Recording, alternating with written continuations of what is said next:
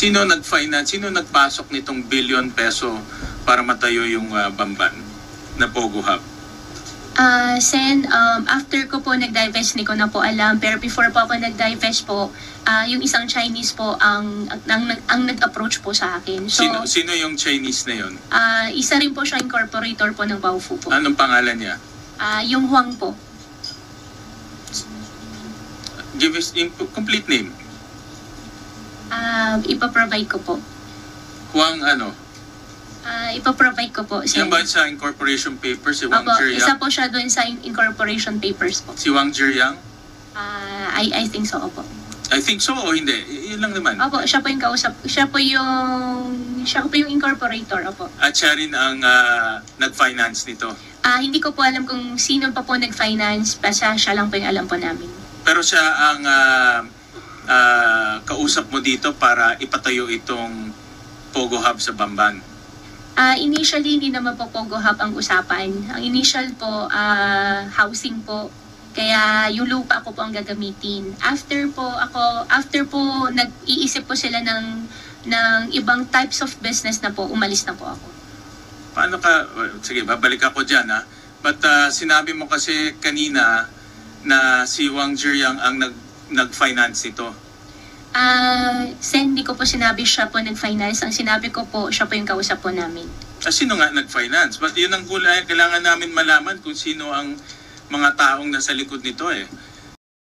Hello po mga ka-viral, welcome back to this YouTube channel. Alice Go latest update.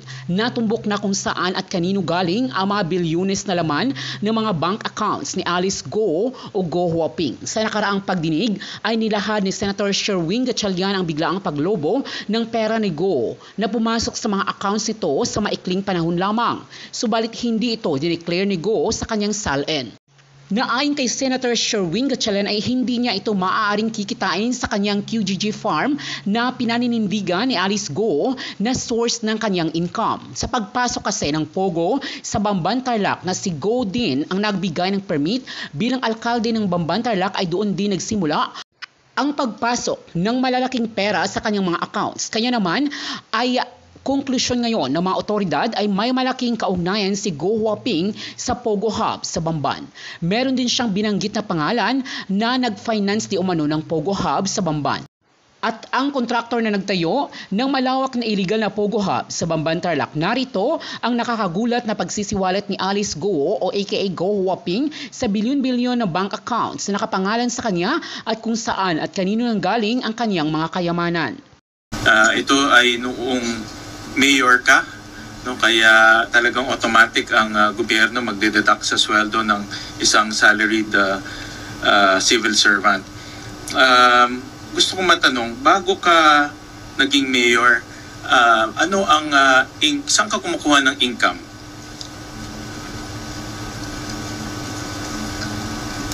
Anong source ng income? Sa business po. Sa business. Anong business yun? Piggery po.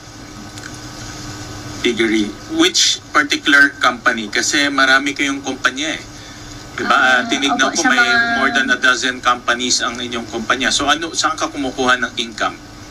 Sa mismong piggery business po. Which is? Ano yung kumpanya na yon? QJJ Farm po.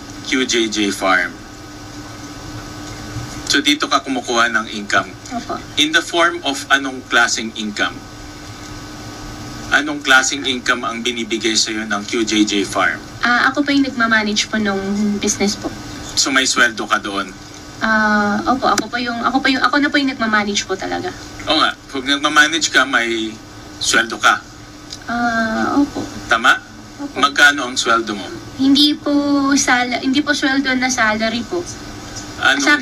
Sa akin na po yung business po.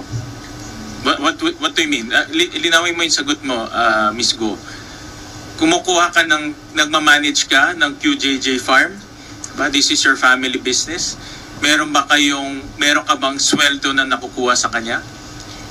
Hindi po siya exactly sweldo po kasi parang sa akin na po siya, gano'n. So, may dividendo ka ba nakukuha sa kanya? Sa business, sa business po, doon na po kumukuha ng pang expenses ko rin po. Magkano ang kinukuha mo every month? Wala po siyang wala po More or less siyang... lang. Bigyan mo lang kami ng ballpark figure. Wala more or less. naman pong more or less po. Pagka may kailangan po. Guys, for example lang, in the last, bago ka naging mayor, no? Bago ka naging mayor, the last 12 months bago ka maging mayor, magkano kinukuha mo? On the average lang. More or less lang, bigyan mo lang kami ng idea. Opo, Sen, kasi ikaw nagmamanage yan, ikaw may-ari nun. Di ba? So, kaya mong diktahan kung magkano pumupunta sa'yo, whether through income or through dividend. So, magkano nakukuha mo? Wala pa akong may bigay po na exact po. Basta pag kailangan po, kumukuha po ako dun. May ano ba? 50,000, 100,000? More or less lang. Hindi ko po sure sa Pero kumukuha ka doon. Opo. Okay. Nung kinukuha mo yung binabalik mo? O sa'yo na yon? Sa akin na po. Sa'yo na yon. So Opo. parang income mo na rin yon. Opo. Galing sa kumpanya. Opo. At rini-record mo yan sa libro? O kinukuha mo lang sa kahera? Kinukuha ko lang po. Kinukuha mo lang, hindi mo Opo. rini-record sa libro? Kinukuha ko lang po. Kinukuha mo lang. Okay. Dahil yung kanina pinakita nga ni Senator Joel yung SALN mo at lumalabas. Napakita ko lang muna yung financial statements ng QJJ Farm. Kasi yung QJJ Farm, nakita namin na hindi naman siya ganun kalaki ang kanyang kita. Nakita lang namin.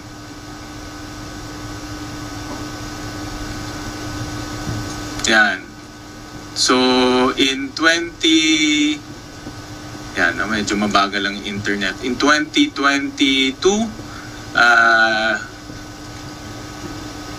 negative 954.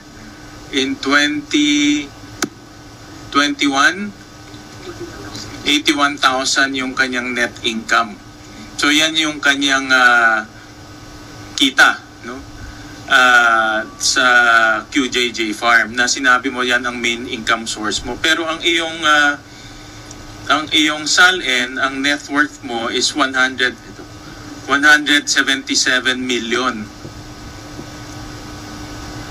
So, inaano namin pinag-aaralan namin saan galing yung income stream mo. No, dahil meron kang net worth of 177 million, pero ang QJJ Farm ay at the very least maliit lang yung kanyang kita. Kita lang namin Ito. Hindi, ito. Yan. So, 177 million yung net worth mo. At tinignan din namin yung mga tax returns mo na tuklasan based on our research.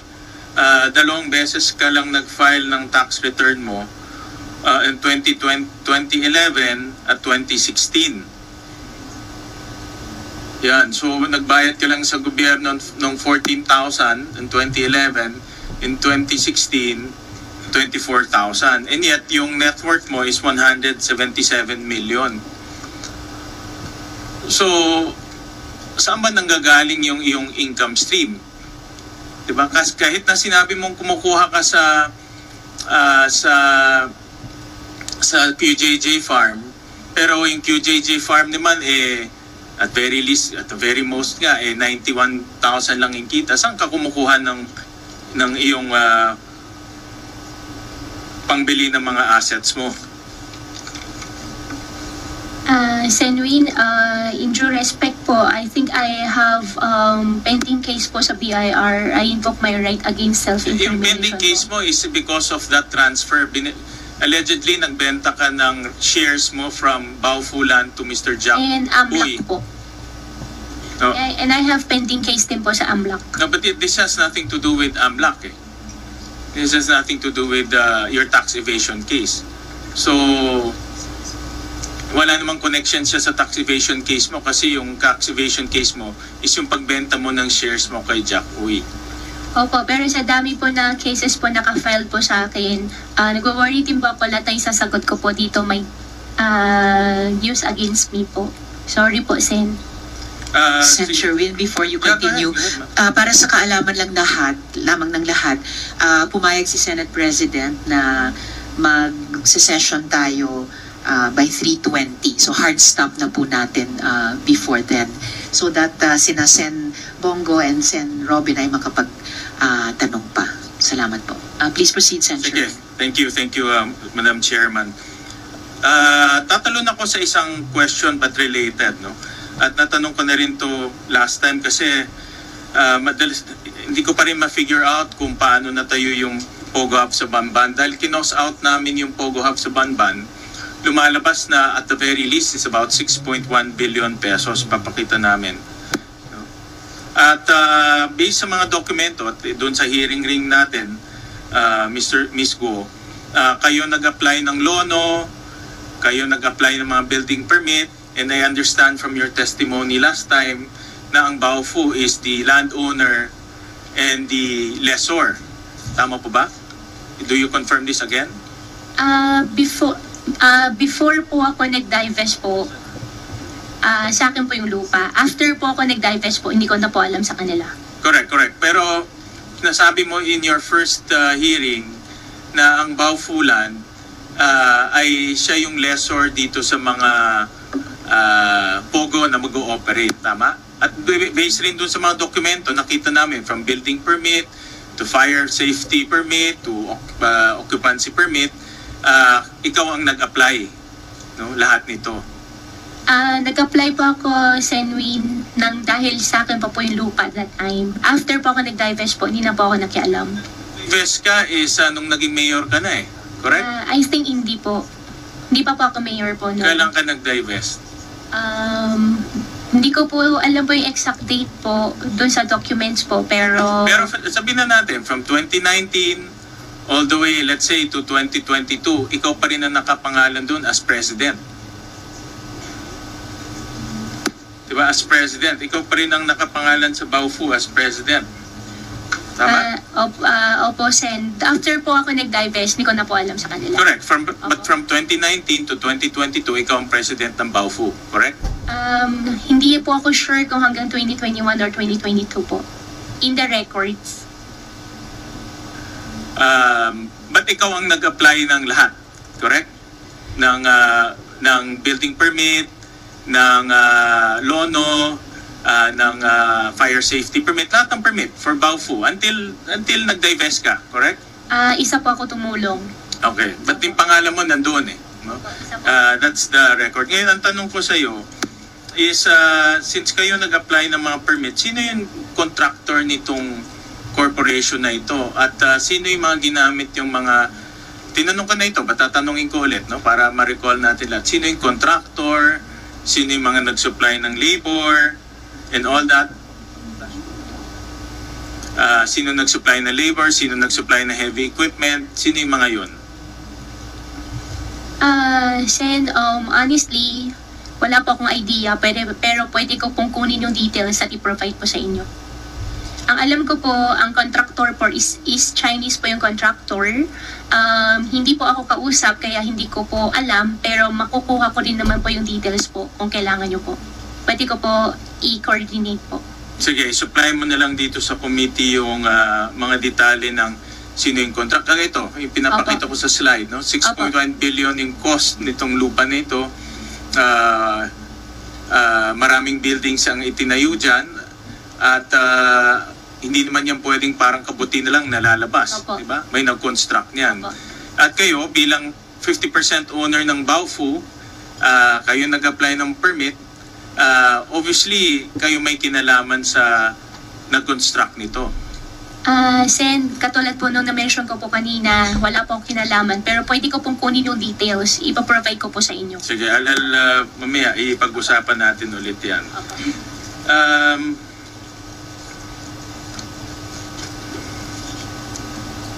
Sino ang nag-finance nitong, pakibalik nga yung ano, sino nag-finance nitong Pogo sa Bamban? Sino, saan sino nag-finance, sino nagpasok nitong billion peso para matayo yung Bamban na Pogo Hub? Sen, after ko po nag-divest, hindi ko na po alam. Pero before po ako nag-divest po, yung isang Chinese po ang nag-approach po sa akin. So, Sino yung Chinese na yun? isa rin po siya incorporator po ng Baofu po. Anong pangalan niya? Yung Huang po. Give us yung complete name. Ipaprovide ko po. Huang ano? Ipaprovide ko po. Yan ba sa incorporation papers, si Wang Opo, Jiryang? isa po siya doon sa incorporation papers po. Si Wang Jiryang? I think so, opo. I think so o hindi? Yun lang naman. Opo, siya po yung kausap. Siya po yung incorporator, opo. At siya rin ang nag-finance nito. Hindi ko po alam kung sino pa po nag-finance, basta siya lang po yung alam po namin. Pero siya ang kausap mo dito para ipatayo itong Pogo Hub sa Bamban. Initially, hindi naman po Pogo Hub ang usapan. Ang initial po, housing po. Kaya yung lupa ko po ang gagamitin. After po nag-iisip po sila ng ibang types of business na po, umalis na po ako. Paano ka, sige, babalik ako dyan ha. But sinabi mo kasi kanina na si Wang Jiryang ang nag-finance nito. Sen, hindi ko po sinabi siya po nag-finance. Ang sinabi ko po, siya po yung kausap po namin. Sino nga nag-finance? But yun ang gulay, kailangan namin malaman kung sino ang mga taong nasa likod nito eh. Diba? Hindi ka nagbibigay ng sagot sa amin eh. Hindi naman parang pera babagsak lang sa langit at magtatayo ng Pogo Hub sa Bamban. Meron nagbigay ng pera nito. Sino yung nagbigay ng pera? Sen, very cooperating po talaga ako. At na-mention ko rin po sa inyo kanina, kukunin ko po yung details po doon sa mga contractor. Then Yung contractor iba. Yung contractor yung binayaran mo.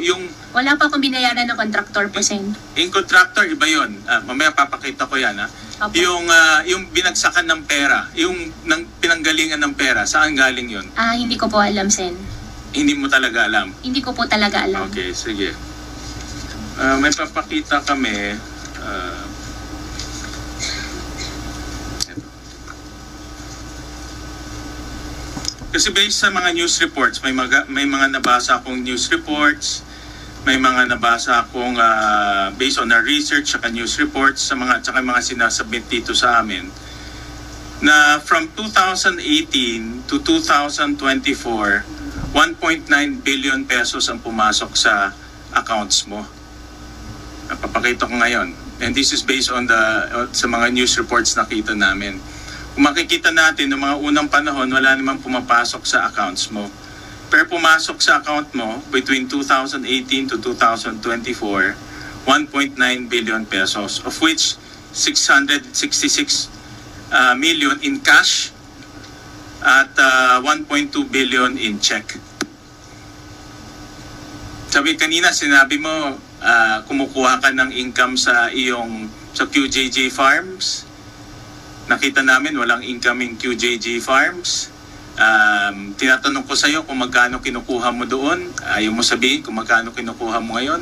Pero sa aming pag-analisa, hindi kaya magbigay ng QJJ Farms ng 1.9 billion pesos sa iyo in the span of 6-7 years.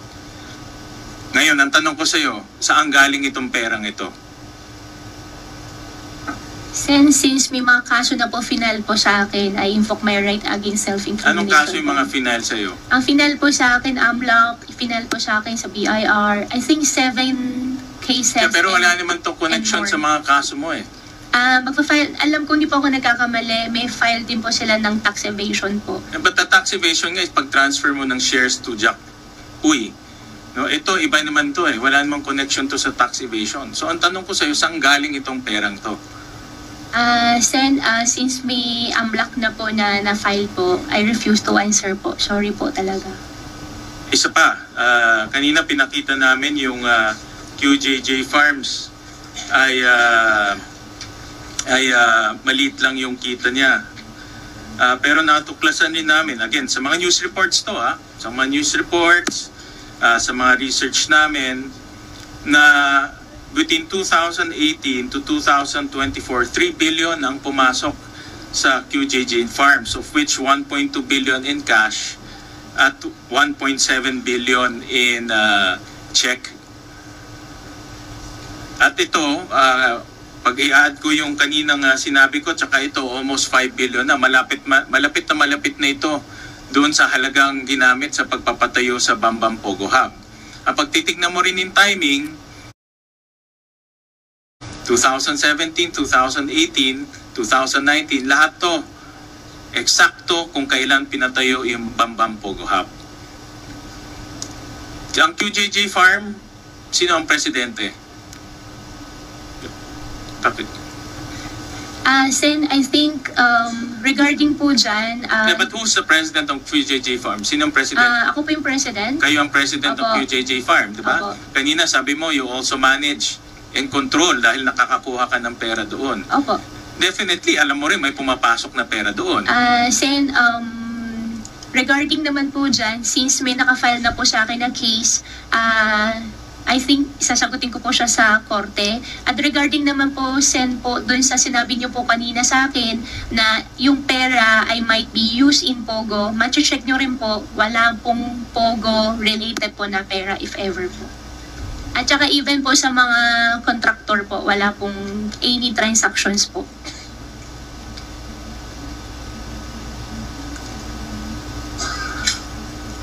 Itong pera na ito, never to pumunta sa mga contractor, sa mga Pogo, never yan pumunta.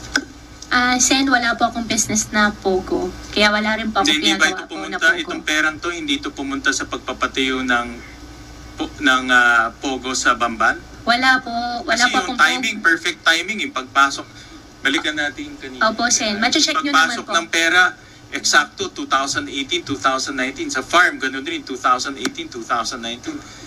Yan ang eksaktong pinatayo yung Pogo Hub sa Bamban. Kung hindi po ako nagkakamali, nag-umpisa po yung Pogo Hub po sa Bamban po year 2019 kasi Yes, pandemic year. Correct. Yeah, Pero wala po akong Pogo business po at wala rin po akong pinatayo. Okay. Check nyo naman din po niyan, Sen. Okay. Opo. Sorry po talaga. Sabi mo kanina na hindi ka konektado doon sa mga contractors or sino nagpatayo ng Pogo Hub sa Bamban. Pero tinignan din namin yung accounts ng Baufulan, no? Of which ikaw ang presidente, tama? Ng Baufulan? Hindi po. Wala po akong pinirmahan na any bank Hindi. documents po Oo ng nga, but ikaw Baufu. ang presidente ng Baufulan, tama? Before po ako nag-divest po. Correct. Nung lupa pa lang po siya. Oo. Hindi, dinivest mo siya is 2000, before election, 2022. Based sa mga records, 2022. So, from 2019, nung nag-incorporate in Baufu, until 2022, ikaw pa rin yung presidente and you own 50%. Ngayon, nakita namin sa mga accounts na ang Baufu may binayaran na isang Howley Builders Construction, of which nakita namin yung ID at ibinigay sa amin rin ito ng mga nag-grade sa Bamban. At meron rin kaming nakita Max Gear Construction Supply, no, na binayaran nitong Baufulan. Chinek ko sa internet, itong Max Gear is a equipment supplier. Wala At, po akong idea. Equipment supplier siya. So, dito makikita natin na ang Baufu nagbayad sa contractor na Howley, nagbayad rin sa equipment supplier na Max Gear, of which ang Baufu, ikaw ang presidente at 50% owner. Pero, ang pera nanggaling sa QJJ Farm. Kung makikita nyo, QJJ Farm credit the account of Baufu.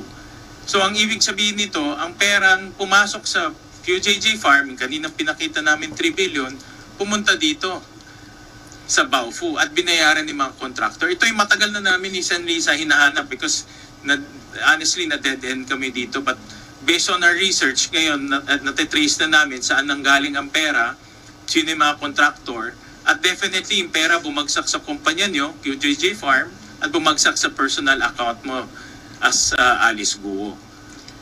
Sen, hindi ko po siya masasagot kasi wala pa akong matandaan. Ito double check ko po pero wala pa akong maalala na may ganun transaction po. paano hindi mo maalala? You're the president in 2020. Nag-divest ka lang dyan before you became a mayor noong 2022. Opo, Sen. Pero dun sa account po ni Baofu, never po ako naging signatory. At never po ako sumali po sa pag-open po ng account ng Baofu. Imposible naman yun kung ikaw ang presidente, hindi mo alam kung saan pumupunta yung pera. Pero definitely, alam natin na galing sa QJJ Farm yung pera. Ang pagkakatandaan ko po, wala po ako naalala na may pera po na galing sa QJJ. Ito double check ko rin po. Yan naman yung standard na sagot mo, no? Wala kang maalala, i-check ko sa records ko. So, but itong records na ito, official to. Itong records na ito, hindi naman magsisinungaling dahil ibinigay ito sa committee at tinagpi lang namin to para makita namin yung totoong larawan. Dahil yan importante sa amin, malaman namin kung saan nanggagaling yung pera.